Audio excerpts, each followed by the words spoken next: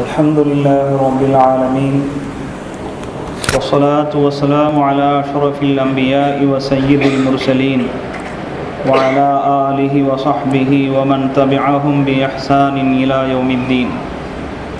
أما بعد فقد قال الله سبحانه وتعالى في القرآن العظيم والفرقان المجيد: وَلَقَدْ أَرْسَلْنَا رُسُلًا مِّن قَبْلِكَ وَجَعَلْنَا لَهُمْ أَزْوَاجًا وَذُرِّيَّةً. وقال النبي صلى الله عليه وسلم: فاطمة بضعة مني فمن أغضبها أغضبني. صدق الله مولانا العظيم وصدق رسوله النبي الكريم. اللهم ألهمنا مراشد أمورنا وأعذنا من شرور أنفسنا ومن سيئات أعمالنا. رب اشرح لي صدري ويسر لي أمري واحلل عقدة من لساني يفقه قولي. سبحانك لا علم لنا إلا ما علمتنا إنك أنت العليم الحكيم.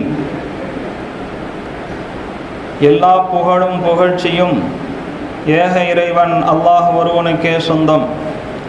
ஸலாத்தும் சலாமும் நம்பெருமானார் ரசூலுல்லாஹி ஸல்லல்லாஹு அலைஹி வஸல்லம் அன்னவர்கள் மீதும், அன்னாரின் வழிநடந்த சஹாபாக்கள், தாபிஈன்கள், தபா தாபிஈன்கள், ஷுஹதாக்கள், உலமாக்கள், நல்லவர்கள், நாதாக்கள், இங்கு கூடியிருக்கும் நம் அனைவரின் மீதும் அனைத்து முஸ்லிம்களின் மீதும் நிறைவாக கிடைக்கட்டுமாக.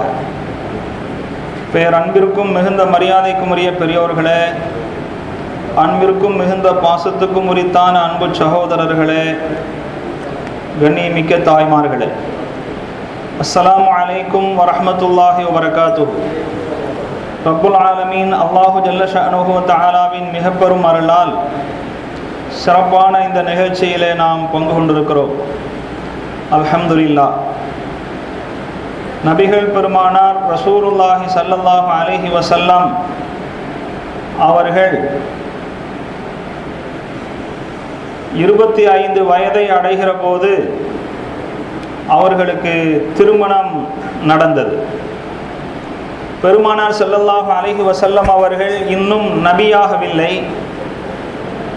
40ஆம் வயதில் தான் அவர்களுக்கு நுபுவத் என்னும் அந்த அந்தஸ்தை அல்லாஹு தாலா வழங்கினான். 25வது வயதில் அன்னை ஹதீஜா ரலியல்லாஹு அன்ஹா அவர்களோடு திருமணம் நடந்தது. பெருமானார் ஸல்லல்லாஹு அலைஹி வஸல்லம் அவர்கள் அன்னை ஹதீஜா ரலியல்லாஹு அன்ஹா அவர்கள் உயிருடன் இருக்கும் காலம் வரை இன்னொரு பெண்ணை திருமணம் செய்து கொள்ளவே இல்லை.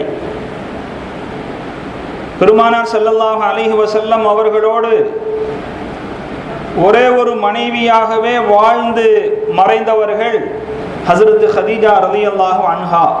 அது மட்டுமல்ல, பெருமானார் ஸல்லல்லாஹு அலைஹி வஸல்லம் அவர்களுக்கு பிறந்த மனைவிமார்கள் மூலம் பிறந்த குழந்தைகள் எல்லாருமே அன்னை ஹதீஜா ரலியல்லாஹு அன்ஹா அவர்கள் மூலமாக மட்டும்தான் பிறந்தார்கள். பெருமானார் ஸல்லல்லாஹு அலைஹி வஸல்லம் அவர்கள் மக்களிடத்திலே தாங்கள் நபி என்பதையும்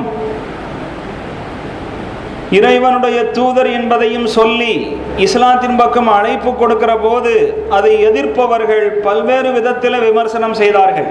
அவ்வாறு அவர்கள் செய்த விமர்சனங்களில் ஒன்று, இவர் என்ன இறைவனுடைய தூதர் என்று சொல்கிறார், திருமணம் செய்து கொள்கிறார், பிள்ளைகளை பெற்றுக் கொள்கிறார், இவர் திருமணம் செய்து கொள்வதை பார்க்கிற போது பெண்களை மணமடிப்பதுதான் இவருடைய லட்சியமோ என்றெல்லாம் பேசினார்கள்.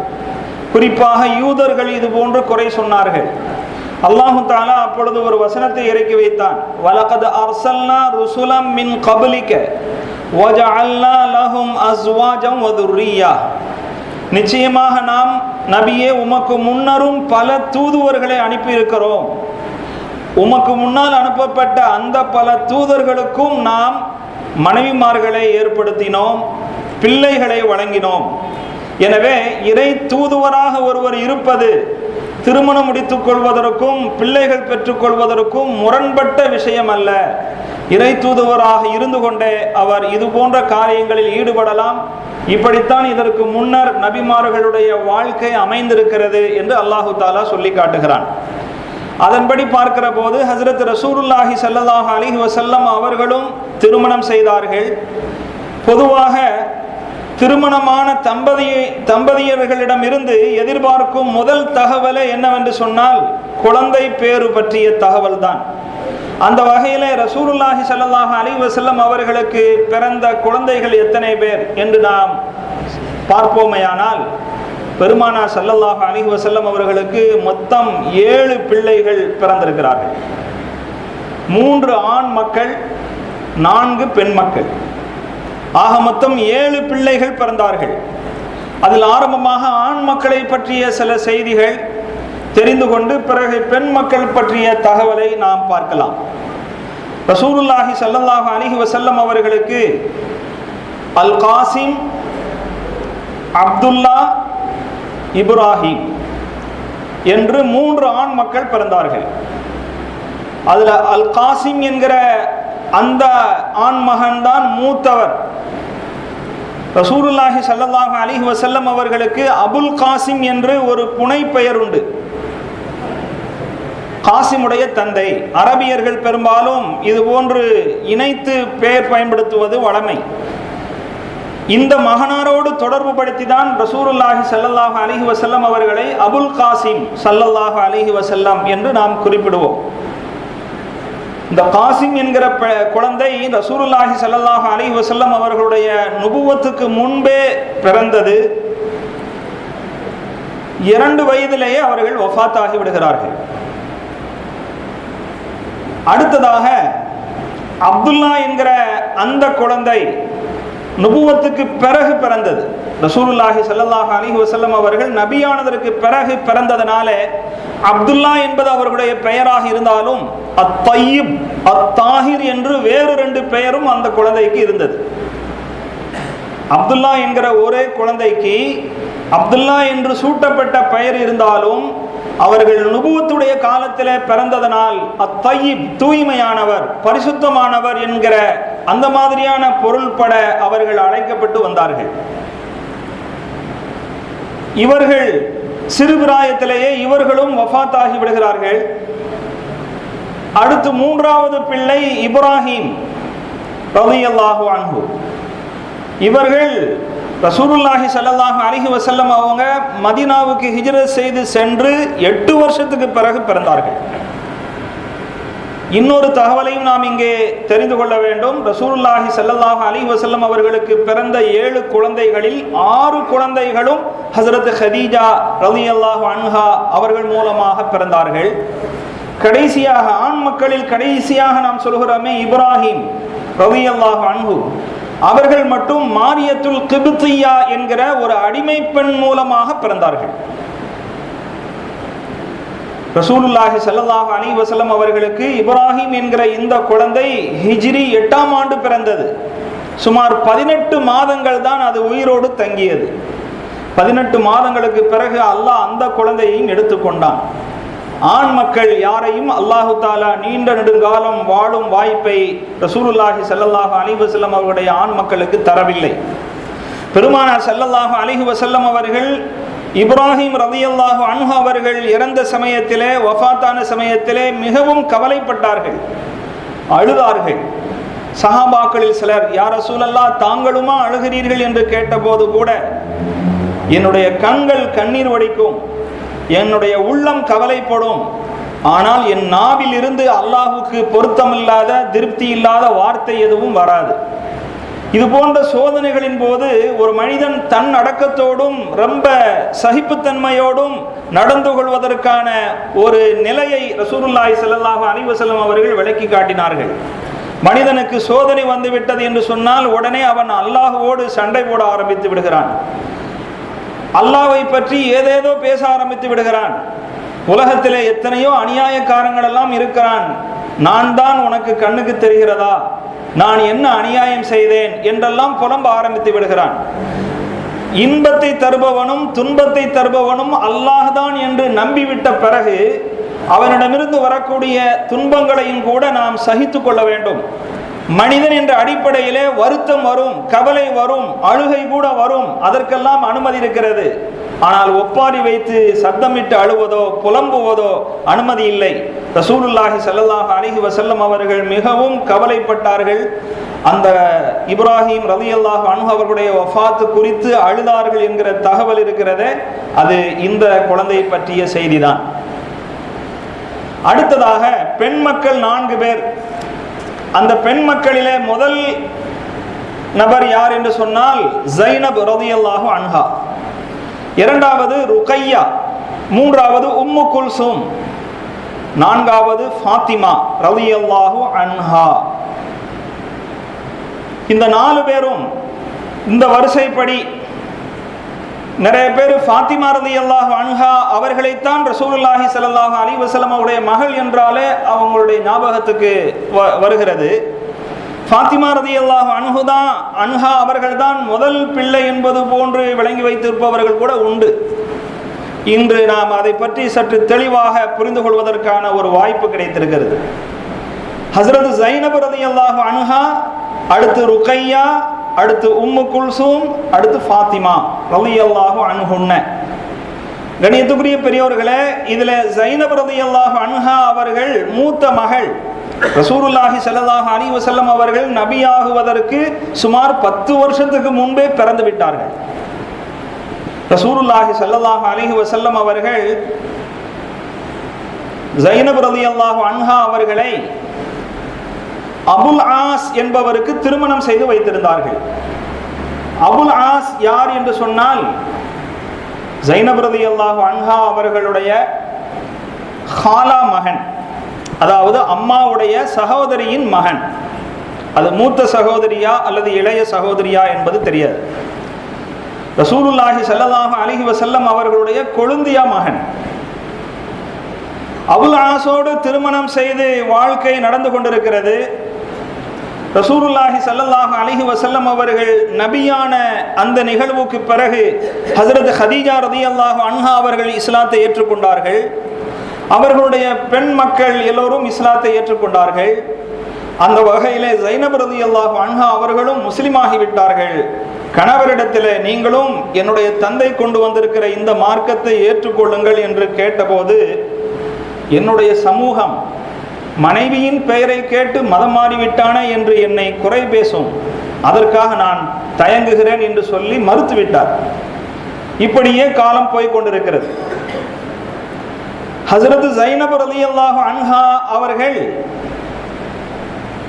கணவனை பிரிவதற்கான மனதும் இல்லாமல், அதே சமயத்தில் தான் சொல்லக்கூடிய பேச்சை கேட்டு முஸ்லிமாகவும் அவர் மாறாத சூழ்நிலையிலே, ஒரு இக்கட்டான சூழ்நிலையிலே வாழ்ந்து கொண்டிருக்கிறார்கள்.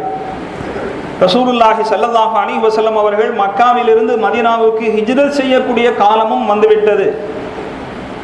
ஹிஜ்ரத்துக்கு முன்னதாகவே ஸைனப் ரலியல்லாஹு அன்ஹா அவர்களுடைய கண்ணியத்துக்குரிய தாயார் ஹதீஜா ரலியல்லாஹு அன்ஹா அவர்களும் வஃபாத்தாகிவிட்டார்கள். பெருமானார் ஸல்லல்லாஹு அலைஹி வஸல்லம் அவர்களும் மக்காவிலிருந்து மதீனாவுக்கு ஹிஜ்ரத் புறப்பட்டு சென்று விட்டார்கள். கூட பிறந்த சகோதரிகள் ருக்கையா, உம்மு குல்சூம், ஃபாத்திமா ரலியல்லாஹு அன்ஹுன்ன இவர்களெல்லாம் ஹிஜ்ரத் செய்து மதீனாவுக்கு சென்று விட்டார்கள். கணவருக்காக வேண்டி மக்காவிலேயே தங்க வேண்டிய சூழ்நிலை. தன்னுடைய உறவுக்காரர்கள் எல்லாம் ஓரிடத்தில், தான் மட்டும் தன்னந்தனியாக மக்காவில். இப்படிப்பட்ட சூழ்நிலையிலே காலம் கழிந்து கொண்டிருக்கிறது. ஹிஜ்ரத் செய்து 2வது வருஷத்திலே பத்ர் போர் நடந்தது என்பது நமக்கு தெரியும். பத்ர் போர்க்களத்திலே ஸைனப் ரலியல்லாஹு அன்ஹா அவர்களுடைய கணவரான அபுல் ஆஸ் அவரும் மக்கத்து குறைஷிகளோடு காஃபிர்களோடு சேர்ந்து வந்து சண்டைக்கு வந்திருக்கிறார். எப்படி இருக்கும்? ரசூலுல்லாஹி ஸல்லல்லாஹு அலைஹி வஸல்லம் அவர்களையும் அவர்களோடு ஈமான் கொண்ட சஹாபா பெருமக்களையும் எதிர்த்து சண்டை போடுவதற்கு ரசூலுல்லாஹி ஸல்லல்லாஹு அலைஹி வஸல்லம் அவர்களுடைய மருமகனே களம் இறங்கியிருக்கிறார். சூழ்நிலை என்ன ஆனது? முஸ்லிம்களுக்கும் இஸ்லாத்திற்கும் வெற்றி கிடைத்தது. அதில் மக்கத்து காஃபிர்கள் எதிரிகள் 70 பேர் சுமார் கைதியாக பிடிக்கப்பட்டார்கள். அவ்வாறு கைதியாக பிடிக்கப்பட்டவரில் ஒருவர் அபுல் ஆஸ், மருமகனாரும் ஒருவர். ரசூலுல்லாஹி ஸல்லல்லாஹு அலைஹி வஸல்லம் அவர்கள் பத்ரிலே கைதியாக பிடிக்கப்பட்டவர்களை எல்லாம் அழைத்து பேசி ஏதாவது பிணைத்தொகை அவர்கள் செலுத்திவிட்டு விடுதலையாகலாம் என்று நிபந்தனையிட்டார்கள்.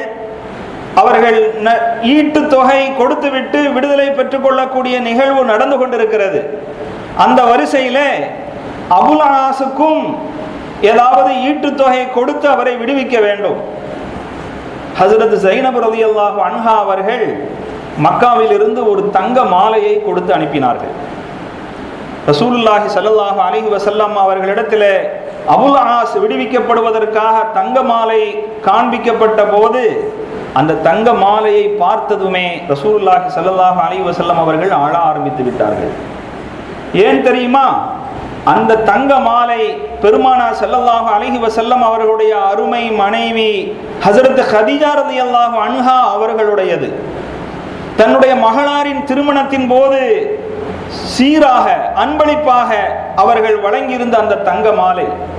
ஒரு கணவன் மனைவினா அவங்களுக்கு இடையில் இருக்கக்கூடிய பரஸ்பரம் அன்பு என்பது எந்த அளவுக்கு ஆழமானதாக இருக்க வேண்டும். அவர்களுடைய ஞாபகம் அல்ல, அவர்களை நினைவூட்டும் ஒரு பொருளை பார்த்தால் கூட ரசூலுல்லாஹி ஸல்லல்லாஹு அலைஹி வஸல்லம் அவர்கள் அப்படியே மனம் இளகி விடுகிறார்கள். அந்த தங்க மாலையை பார்த்த பிறகு ரசூலுல்லாஹி ஸல்லல்லாஹு அலைஹி வஸல்லம் அவர்களுக்கு தங்களுடைய மனைவி கதீஜா அம்மையாருடைய ஞாபகம் வந்துவிட்டது. ரசூலுல்லாஹி ஸல்லல்லாஹு அலைஹி வஸல்லம் அவர்கள் அந்த சந்தர்ப்பத்தை பயன்படுத்தி கொண்டு தங்க மாலையை எல்லாம் நாம் திருப்பி கொடுத்து விடலாம். அபுல் ஆஸ் விடுவிக்கப்படுவதற்கான ஒரு நிபந்தனை என்னவென்று சொன்னால், சிரமத்தில் சிக்கி தவிக்கின்ற தன்னுடைய மகளார் ஸைனப் ரலியல்லாஹு அன்ஹா அவர்களை மதீனாவுக்கு ஹிஜ்ரத் செய்து வருவதற்கு இவர் அனுமதித்தால் போதும். அப்படி அனுமதிப்பதற்கு பகரமாக விடுதலை என்று சொல்லி ரசூலுல்லாஹி ஸல்லல்லாஹு அலைஹி வஸல்லம் அவர்கள் மருமகனிடத்தில் பேசி அனுப்பிவிடுகிறார்கள். ஹஜ்ரத் ஸைனப் ரலியல்லாஹு அன்ஹா அவர்கள் கணவனை பிரிந்து மதீனாவுக்கு ஹிஜ்ரத் செய்து வந்து இங்கே வாழ்ந்து கொண்டிருக்கிறார்கள். சில காலம் ஓடியது. அபுல் ஆஸ் ஒரு பயணத்தில் ஷாம் தேசத்திற்காக வேண்டி வியாபார சரக்குகளை ஒரு குழுவை அழைத்து கொண்டு வியாபாரம் செய்து அங்கிருந்து திரும்பி வந்து கொண்டிருக்கிறார். யதார்த்தமாக வணிக குழுவை இடைமறிப்பதற்காக ஒரு படை அனுப்பி வைக்கப்பட்டிருந்தது.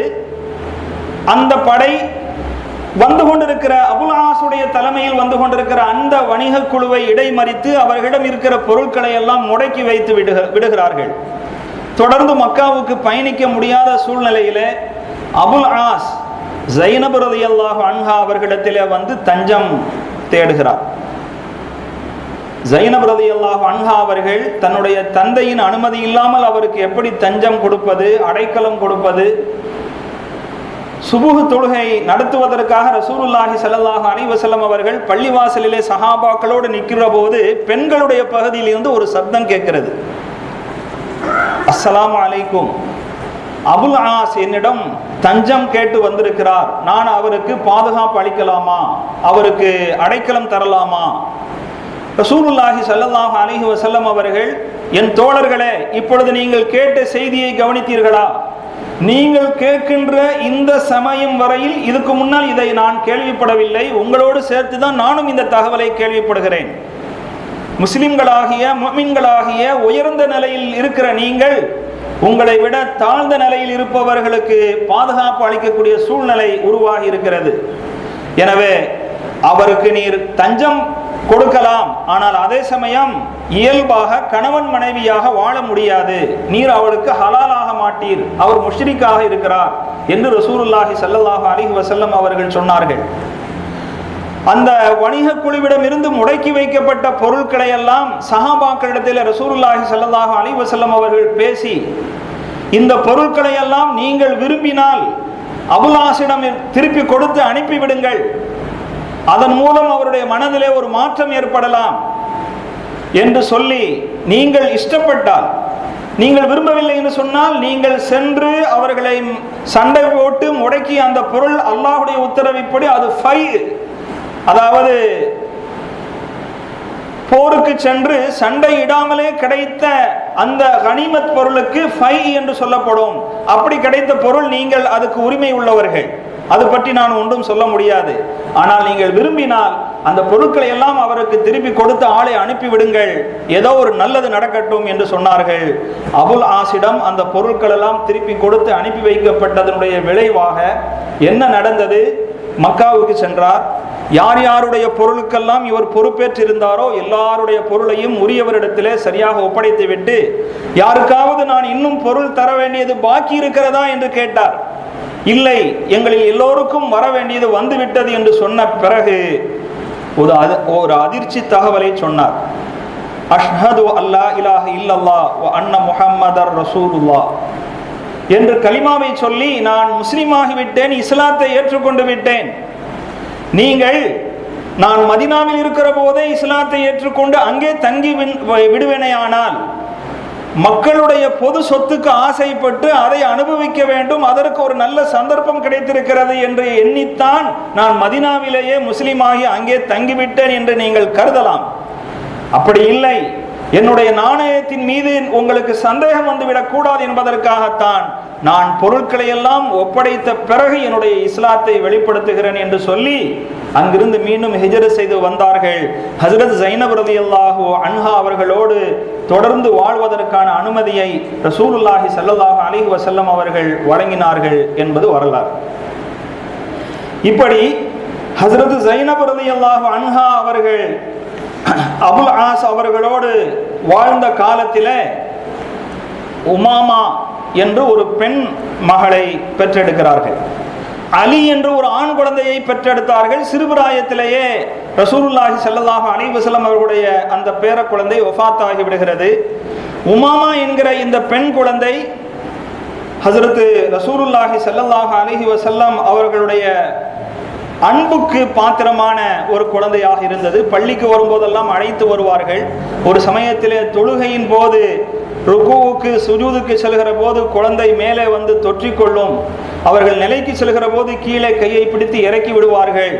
இப்படியெல்லாம் அந்த பாசத்தோடு அந்த உமாமா ரலியல்லாஹு அன்ஹா அவர்களை வளர்த்தார்கள் என்று பார்க்கிறோம்.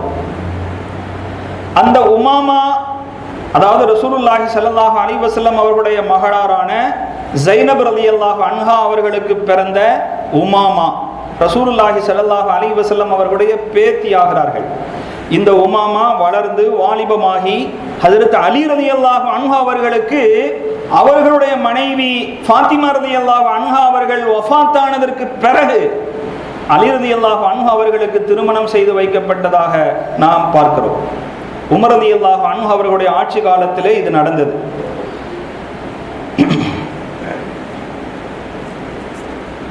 அடுத்ததாக ஹஜ்ரத் ஸைனப் ரலியல்லாஹு அன்ஹா அவர்கள்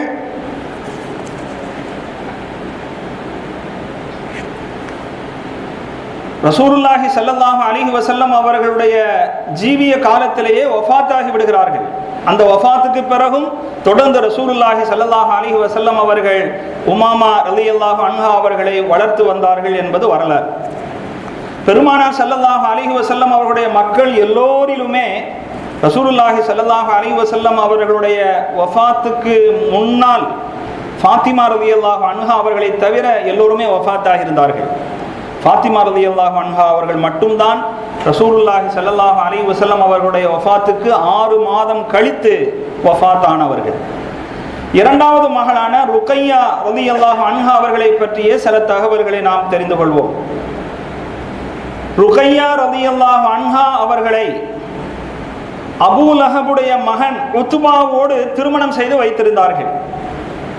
அதோடு சேர்த்து இன்னொரு தகவல், ருக்கையாவுக்கு அடுத்தபடியாக உம்மு குல்சும் இருக்கிறாங்களே, அவங்கள அபூ லஹபுடைய இன்னொரு மகன் உத்தைபாவுக்கு திருமணம் செய்து வைத்திருந்தார்கள். உத்பா உத்தைபா இவங்க 2 பேரும் அபூ லஹபுடைய 2 ஆண் மக்கள். ரசூலுல்லாஹி ஸல்லல்லாஹு அலைஹி வஸல்லம் அவர்கள் ருக்கையா உம்மு குல்சும் ஆகிய 2 பேரையும் அபூ லஹபுடைய 2 மகன்களான உத்பா உத்தைபாவுக்கு திருமணம் செய்து வைத்திருந்தார்கள். அரபியர்களிடத்தில் ஒரு பழக்கம் இருக்கிறது, சீக்கிரமா கல்யாணத்தை நடத்திடுவாங்க. ஆனால் குடும்ப வாழ்க்கை நடத்துவதற்காக அவர்களை அனுமதிப்பது அல்லது அனுப்பி வைப்பது என்பது அதுக்கு ஒரு தனி நிகழ்ச்சி நடக்கும். இவர்களுக்கு திருமணம் தான் நடந்திருக்கிறதே தவிர இன்னும் அவர்கள் முறையான குடும்ப வாழ்க்கையில் ஈடுபடவில்லை. இதற்குள்ளாக அல்லாஹு தஆலா தப்பத் யதா அபி லஹபின், அபூ லஹபுடைய இரு கரங்களும் மண்ணோடு மண்ணாகட்டும், நாசமாகட்டும், அவர்களிடமிருந்து இஸ்லாத்திற்கும் ரசூலுல்லாஹி ஸல்லல்லாஹு அலைஹி வஸல்லம் அவர்களுக்கும் ஏற்பட்ட இடைஞ்சலின் காரணத்தினால் அல்லாஹு தஆலா இப்படி ஒரு வசனத்தை இறக்கி வைத்தான் அல்லவா. இதற்காக எரிச்சல் பட்டு பழி வாங்க வேண்டும் என்பதற்காக அபூ லஹபும் அபூ லஹபுடைய மனைவியும் தங்களுடைய 2 மகன்களையும் கூப்பிட்டு, நீ முகம்மதுடைய மகள்களை தலாக்கு விட்டுரு அப்படின்னு சொல்லி வற்புறுத்தினாங்க. அந்த வற்புறுத்தலுக்கு அடிபணிந்து 2 பேரும் தலாக்கு விட்டு விட்டார்கள். ஹஜ்ரத் ரசூலுல்லாஹி ஸல்லல்லாஹு அலைஹி வஸல்லம் அவர்கள் அது பற்றி ஒன்றும் கவலைப்படவில்லை. இந்த வகையில ருக்கையா ரலியல்லாஹு அன்ஹா அவர்கள் உத்பாவிடமிருந்து தலாக்கு விடப்பட்டு அவர்கள் ரசூலுல்லாஹி ஸல்லல்லாஹு அலைஹி வஸல்லம் அவர்களுடைய பொறுப்பில் இருக்கிற போது ஹஜ்ரத் உஸ்மான் ரலியல்லாஹு அன்ஹு அவர்களுக்கு திருமணம் செய்து வைக்கப்பட்டார்கள். உஸ்மான் ரலியல்லாஹு அன்ஹு அவர்கள் அபிசீனியாவுக்கு ஹிஜ்ரத் செய்து செல்கிற போது தன்னோடு ருக்கையா ரலியல்லாஹு அன்ஹா அவர்களையும் அழைத்து சென்றார்கள் என்பது வரலாறு. இப்படி ஹிஜ்ரத்துக்கு அழைத்து சென்ற அவர்கள் மீண்டும் மதீனாவுக்கு ரசூலுல்லாஹி ஸல்லல்லாஹு அலைஹி வஸல்லம் அவர்கள் ஹிஜ்ரத் செய்து சென்றபோது அங்கே மதீனாவுக்கு வந்து சேர்ந்தார்கள். ஹிஜ்ரி 2ஆம் ஆண்டு பத்ர் போர் நடந்த சமயம். பத்ரிலே பல சஹாபாக்களும் கலந்து கொண்டார்கள். சிறப்பு வாய்ந்த போர் அது. ஆனால் ஹஜ்ரத் உஸ்மான் ரலியல்லாஹு அன்ஹு அவர்கள் கலந்து கொள்ள முடியவில்லை. ஏனென்றால் அந்த சமயத்தில் ஹஜ்ரத் ருக்கையா ரலியல்லாஹு அன்ஹா அவர்கள் நோய்வாய்ப்பட்டு சிரமத்தில் இருந்தார்கள். மனைவிக்கு உதவிக்கு ஆள் வேண்டும் என்பதற்காக வேண்டி ஹஜ்ரத் உஸ்மான் ரலியல்லாஹு அன்ஹு அவர்கள் போரில் கலந்து கொள்ளாமலேயே மனைவியை கவனித்துக் கொள்வதற்காக அவர்களுக்கு அனுமதி வழங்கப்பட்டது. அவ்வாறு நோய்வாய்ப்பட்ட அவர்கள் ஹிஜ்ரி 2ஆம் ஆண்டு வஃபாத்தாகி விடுகிறார்கள். உஸ்மான் ரலியல்லாஹு அன்ஹு அவர்கள் மூலம் ருக்கையா ரலியல்லாஹு அன்ஹா அவர்களுக்கு அப்துல்லா என்று ஒரு குழந்தை பிறந்தது. அது சிறு வயதிலேயே வஃபாத்தாகிவிட்டது. ஹஜ்ரத் உஸ்மான் ரலியல்லாஹு அன்ஹு அவர்களுக்கு மனைவியாக இருந்த ருக்கையா ரலியல்லாஹு அன்ஹா அவர்கள் வஃபாத்தான பிறகு அவர்கள் மனைவி இல்லாமல் வாழ்க்கை இல்லாமல் இருக்கும்போது யதார்த்தமாக ஹஜ்ரத் உமர் ரலியல்லாஹு அன்ஹு அவர்களுடைய மகளார் ஹப்ஸா ரலியல்லாஹு அன்ஹா அவர்களும் விதவையாகி இருக்கிறார்கள். கணவன் இறந்து அவர்கள் விதவையாக இருக்கிறார்கள். ஹஜ்ரத் உமர் ரலியல்லாஹு அன்ஹு அவர்களுக்கு மனசுக்குள்ள ஒரு விருப்பம், உஸ்மான் ரலியல்லாஹுடைய மனைவி ருக்கையா தான் வஃபாத் ஆயிட்டாங்க, நம்மளுடைய மகா ஹப்ஸாவை உஸ்மான் ரலியல்லாஹு அன்ஹுவுக்கு கல்யாணம் செய்து கொடுக்கணும் எண்ணம், விருப்பம் மட்டுமல்ல. உஸ்மான் ரலியல்லாஹு அன்ஹு அவர்களிடத்தில் போய் கேட்டுட்டாங்க, என்னுடைய மக ஹப்ஸாவை தாங்க கல்யாணம் பண்ணிக்கங்களேன் அப்படின்னு. ஹஜ்ரத் உஸ்மான் ரலியல்லாஹு அன்ஹு அவர்களுக்கு எதுவும் பதில் சொல்ல முடியல. சரின்னும் சொல்ல முடியல, மாட்டேன்னு சொல்ல முடியல. மாட்டேன்னு சொன்னால் அவங்க மனசில் ஏதாவது வருத்தம் வந்துடும். பேசாமல் இருந்து விடுகிறார்கள். ஏன் பேசாமல் இருந்துடுறாங்கன்னு சொன்னால், உமர் ரலியல்லாஹு அன்ஹு அவருடைய மகள் ஹப்ஸா அம்மையாரை திருமணம் செய்து கொள்வது பற்றி ரசூலுல்லாஹி ஸல்லல்லாஹு அலைஹி வஸல்லம் அவர்கள் அபிப்பிராயப்படுகிறார்கள். அது உஸ்மான் ரலியல்லாஹு அன்ஹுவுக்கு தெரியும். இல்லை மாட்டேன், அது ரசூலுல்லாஹ் கட்டிக்கிறதுக்கு தயாராக இருக்கிறாங்கன்னு சொல்லிட்டா அவங்களுடைய ரகசியத்தை வெளியிட்டதாக ஆயிடும். சரி கட்டிக்கிறேன் அப்படின்னு சொல்ல முடியாது. அதனால மௌனமாக இருந்து விடுகிறார்கள். அது விஷயமா உமர் ரலியல்லாஹு அன்ஹு கூட எனக்கு உஸ்மான் மீது ரொம்ப வருத்தம் வந்துச்சுன்னு சொல்றாங்க. பின்னால் அது பற்றி அவர்கள் விளக்கம் கொடுத்தார்கள். என்ன நடந்தது? ரசூலுல்லாஹி ஸல்லல்லாஹு அலைஹி வஸல்லம் அவரிடத்தில் போயும் நான் உஸ்மான்கிட்ட இப்படி கேட்டேன், அவர் பேசாமல் இருந்துட்டாருன்னு சொன்னப்போ ரசூலுல்லாஹி ஸல்லல்லாஹு அலைஹி வஸல்லம் சொன்னாங்க, உன்னுடைய மகன் ஹப்ஸா அவங்களுக்கு உஸ்மானை விட சிறந்த கணவர் கிடைச்சா பரவாயில்லையா, நான் கல்யாணம் பண்ணிக்கிறேன் அப்படின்னு சொன்னாங்க. உஸ்மான் ரலியல்லாஹு அன்ஹுவுக்கு ஹப்ஸாவை விட சிறந்த ஒரு மனைவி கிடைத்தால் அவருக்கு சந்தோஷம் தானே, என்னுடைய அடுத்த மகள் உம்மு குல்சூமை கல்யாணம் செய்து தருகிறேன் என்று சொல்லி உதைபாவின் மூலம் தலாக்கு விடப்பட்ட அந்த ருக்கையாவுடைய சகோதரி இருக்கிறாங்களே, ரசூலுல்லாஹி ஸல்லல்லாஹு அலைஹி வஸல்லம் அவருடைய 3வது மகள், அந்த உம்மு குல்சூமை ஹஜ்ரத் ரசூலுல்லாஹி ஸல்லல்லாஹு அலைஹி வஸல்லம் அவர்கள் உஸ்மான் ரலியல்லாஹு அன்ஹு அவர்களுக்கு திருமணம் செய்து வைத்தார்கள்.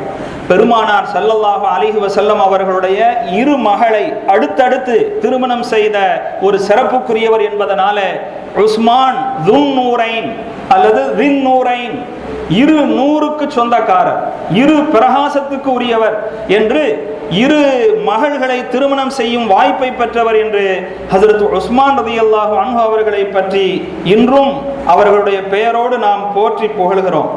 ஹஜ்ரத் உம்மு குல்சூம் ரலியல்லாஹு அன்ஹா அவர்கள் ஹஜ்ரத் உஸ்மான் ரலியல்லாஹு அன்ஹு அவர்களோடு சுமார் 6 ஆண்டு காலம், அதாவது ஹிஜ்ரி 3ஆம் ஆண்டு திருமணம் நடந்தது. ஹிஜ்ரி 9ஆம் ஆண்டு வரையிலும் அவர்கள் வாழ்ந்தார்கள். ஹிஜ்ரி 9ஆம் ஆண்டு உம்மு குல்சூம் ரலியல்லாஹு அன்ஹா அவர்கள் வஃபாத் ஆகி விடுகிறார்கள். உஸ்மான் ரலியல்லாஹு அன்ஹு அவர்கள் மூலம் உம்மு குல்சூம் ரலியல்லாஹு அன்ஹா அவர்களுக்கு குழந்தை பாக்கியம் எதுவும் இல்லை. ரசூலுல்லாஹி ஸல்லல்லாஹு அலைஹி வஸல்லம் அவர்கள் இன்னும் ஒரு மகள் இருந்தாலும் உஸ்மானே உங்களுக்கு நான் திருமணம் செய்து தந்திருப்பேன் என்று சொன்னார்கள். ஏன்னா அதுக்கடுத்து திருமணம் செய்து தர்ற மாதிரியான பெண் மக்கள் யாரும் இல்லை. அதுக்கிடையிலே ஹஜ்ரத் ஃபாத்திமா ரலியல்லாஹு அன்ஹா அவர்களுக்கு அலி ரலியல்லாஹு அன்ஹு அவர்களோடு திருமணமாகிவிட்டது. ரசூலுல்லாஹி ஸல்லல்லாஹு அலைஹி வஸல்லம் அவர்கள் உஸ்மான் ரலியல்லாஹு அன்ஹு அவர்களுடைய தூய்மையான நடத்தை, அவர்களுடைய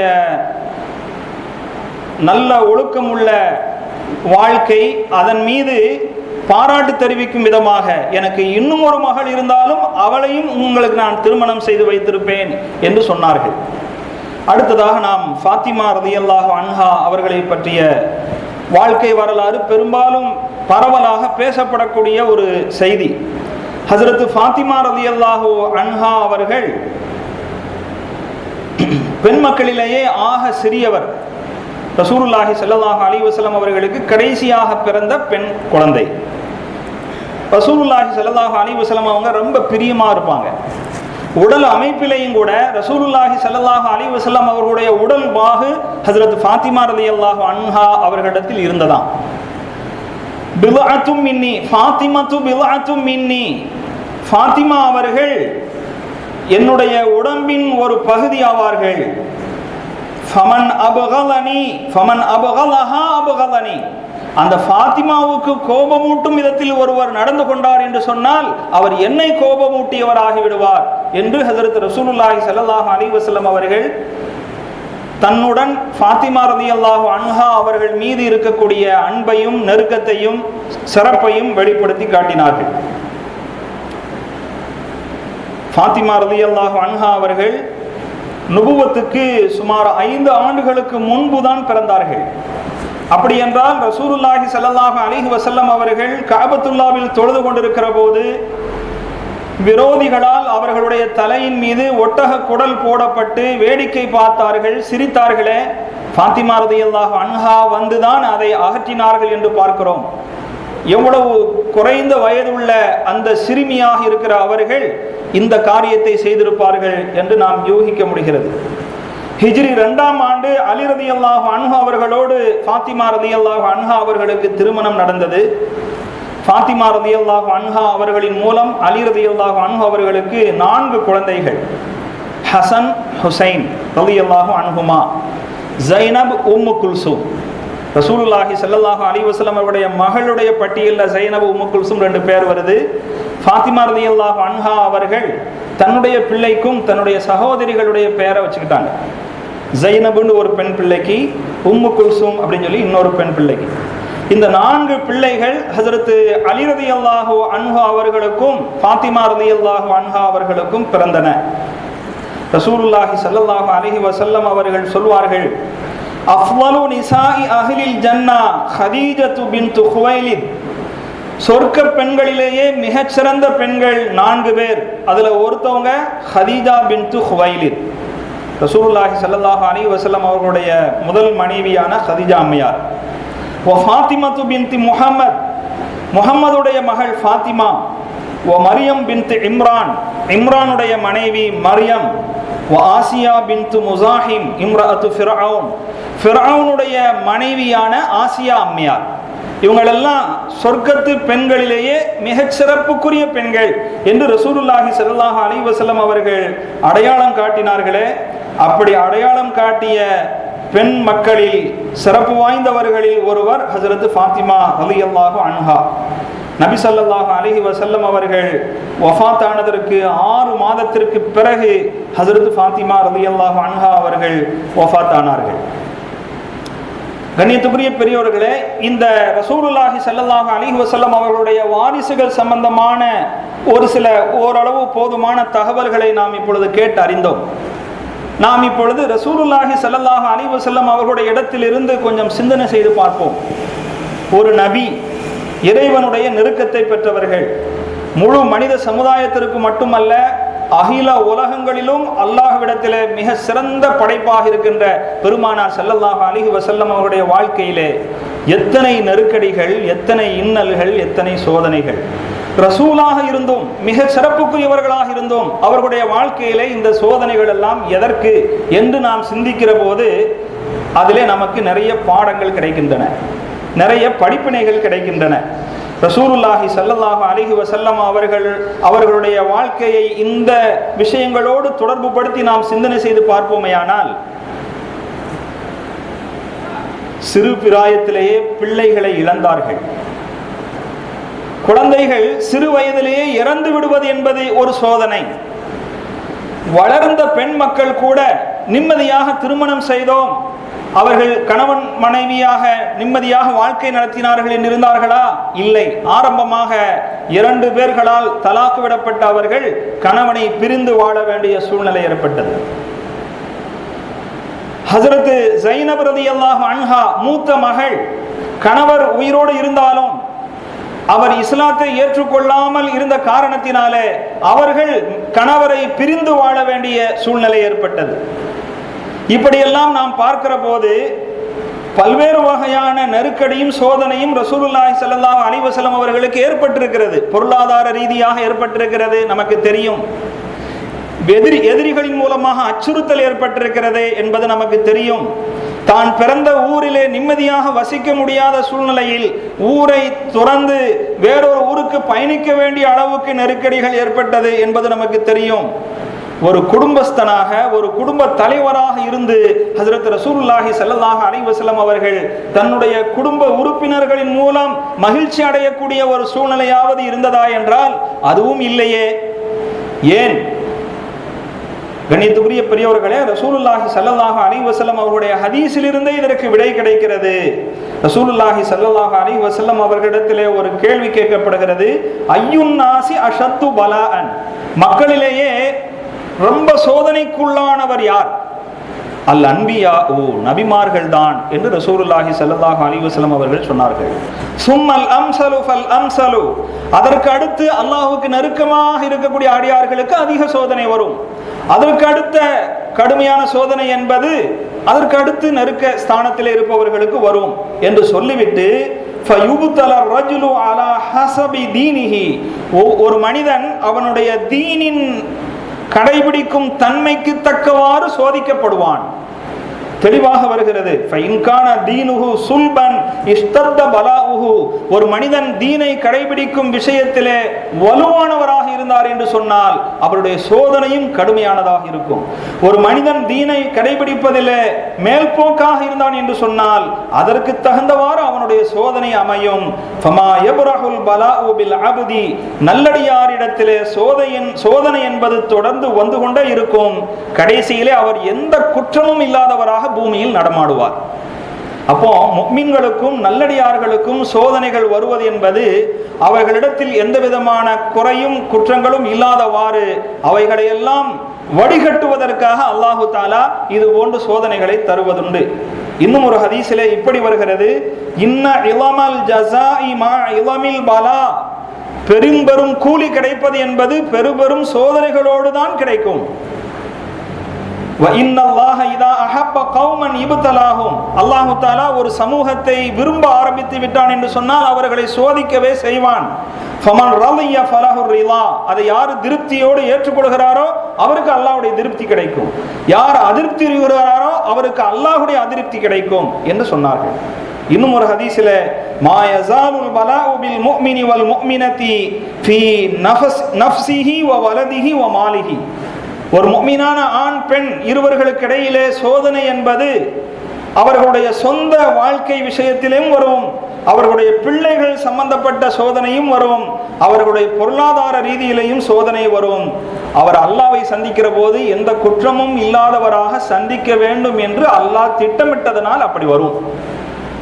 அப்போ ஒரு மனிதனுக்கு வரக்கூடிய சோதனை அது அல்லாஹு தாலா நம்மிடம் ஏற்பட்டிருக்கிற தவறுகளை களைவதற்காக, பாவங்களிலிருந்து, பாவ அழுக்குகளிலிருந்து நம்மை கழுவுவதற்காக ஏற்படுத்தலாம். பாவமே இல்லாதவராக இருந்தால் அவருடைய அந்தஸ்தை கூடுதலாக்குவதற்காக வேண்டி அல்லாஹ் சோதனைகளை தரலாம். நபிமார்களுக்கு வந்ததெல்லாம் அப்படித்தான்.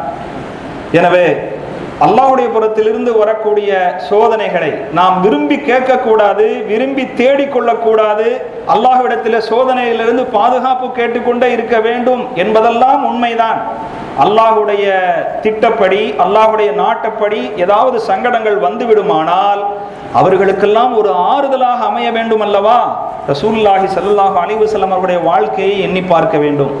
என் மகன் சிறு வயதிலே இறந்து விட்டான் என்று நினைப்பவருக்கு ரசூலுல்லாஹி ஸல்லல்லாஹு அலைஹி வஸல்லம் உடைய வாழ்க்கை ஒரு ஆறுதல். என் மகள் வாளாவெட்டியாக இருக்கிறாளே என்று கவலைப்படுபவர்களுக்கு ரசூலுல்லாஹி ஸல்லல்லாஹு அலைஹி வஸல்லம் அவருடைய வாழ்க்கை ஒரு பெரும் ஆறுதல். கணவனை பிரிந்து வாழக்கூடிய சூழ்நிலைகள் வரலாம். இப்படி எந்த ரூபத்தில் சோதனைகள் வந்தாலும் எல்லாவற்றுக்கும் பெருமானார் ஸல்லல்லாஹு அலைஹி வஸல்லம் அவருடைய வாழ்க்கையை முன்னிறுத்தி ஆறுதல் பெறுவதற்கும் படிப்பினை பெறுவதற்கும் ஒரு அமைப்பாக அல்லாஹு தாலா பெருமானார் ஸல்லல்லாஹு அலைஹி வஸல்லம் அவர்களுக்கு இப்படிப்பட்ட சோதனைகளை தந்தான். இப்படிப்பட்ட சோதனைகளை எல்லாம் தாங்கிக் கொண்டு சகித்து கொண்டு இந்த இஸ்லாத்தை வளர்த்த, இஸ்லாத்தை பரப்பிய நம் பெருமானார் ரசூலுல்லாஹி ஸல்லல்லாஹு அலைஹி வஸல்லம் அவர்கள் மீது நாம் அன்பு கொள்வது நம் மீது கடமையாக இருக்கிறது. அவர்களுடைய வாழ்க்கை, அவர்களுடைய உத்தரவு சுன்னத்துகளுக்கு மதிப்பளிப்பது நம்முடைய பொறுப்பாக இருக்கிறது. அல்லாஹ் சுப்ஹானஹு வ தஆலா நம் அனைவரையும் அத்தகைய நல்ல பண்பாளர்களாக, நல்ல அமல் புரிபவர்களாக ஆக்கி அருள் புரிவானாக. வாஹிரு தாவானா அல்ஹம்துலில்லாஹி ரப்பில் ஆலமீன். அஸ்ஸலாமு அலைக்கும் வரஹ்மத்துல்லாஹி வபரகாத்துஹு.